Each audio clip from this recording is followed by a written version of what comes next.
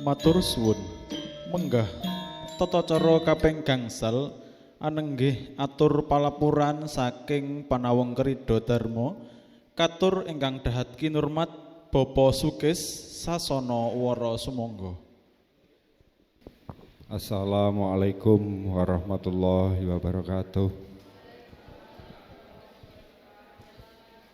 Sinantar atur panganjali, mugi-mugi hujuaning iman ingkang sampun rumesep manjing katelenging sedayan sih wawiya kukuh bakuh santoso hamang suli raos batos panjenengan sedaya anggenipun samsaya sengkut sumunggut sujud wonten padha dianing Gusti ingkang Maha Suci.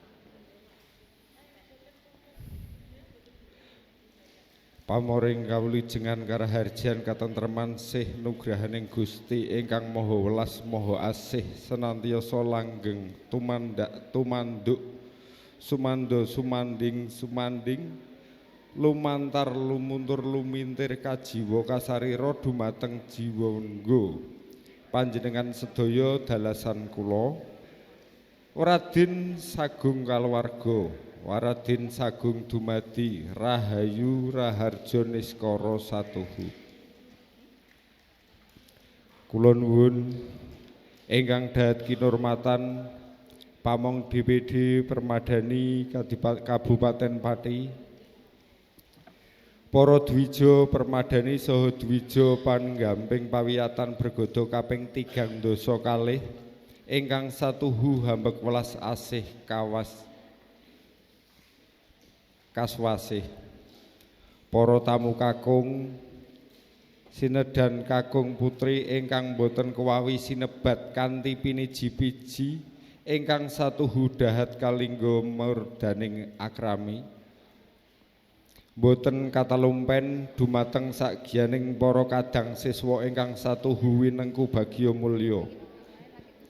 Nuwun sewu nyuwun lumunturing sih samudra pangaksama dening kula pun Sukismantara sampun kuwawi cumantakaken njejeraken wonten ngarsa panjenengan sedaya karana tinatah tinanggenah dening para kadang siswa minangka pangarsa pangridha halal bihalal siswa Permadani Brigada kaping 3 dasa kalih ing ri paniji punika Redite Jenar Surya kaping 2 dasa 9 Maret 2026.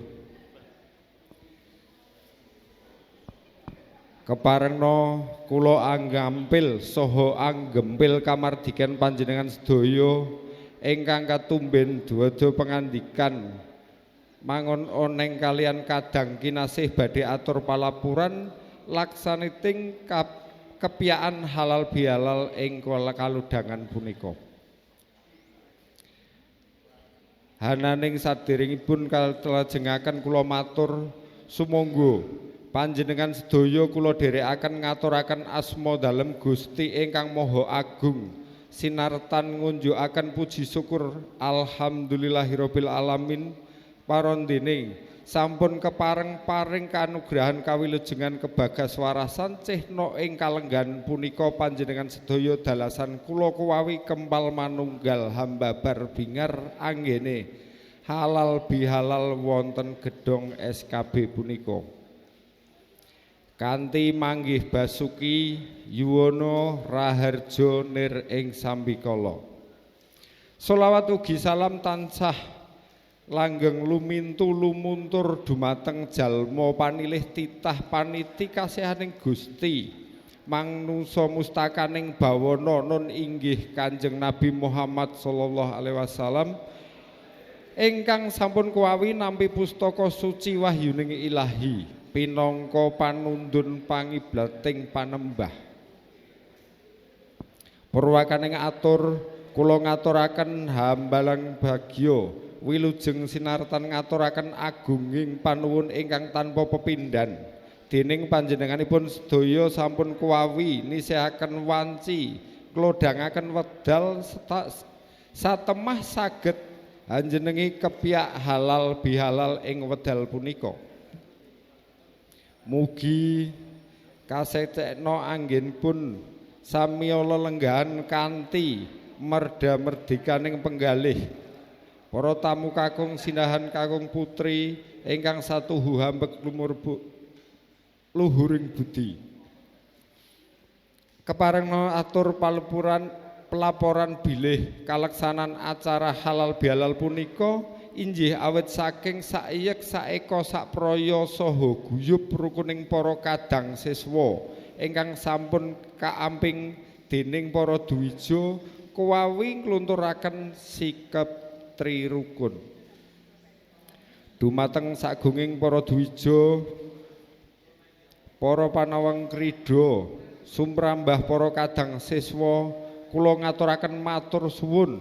Salajengipun kunjuk dumateng para sesepuh pinisepuh, para pamong saha dwija sumadyanipun.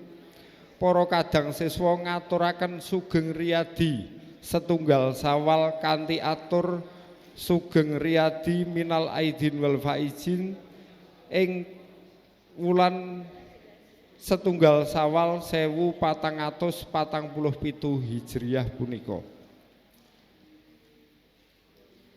Ugi ngaturaken sedaya kalepatan ingkang cetha utawi ingkang samar ingkang kasengaja utawi boten sinengaja kanthi andhap asoring jiwa raga nyuwun sih pangapura.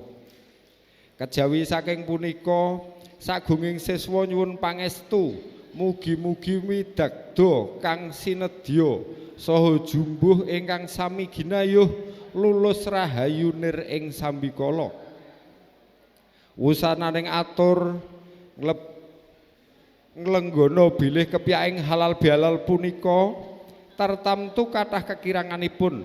Kanthi punika para tamu sinedahan sageta lumunturaken samudra pangaksama. Rambut kecemplung santen menawi luput nyuwun pangapunten. Wabillahi taufik wal hidayah. Wassalamualaikum warahmatullahi wabarakatuh.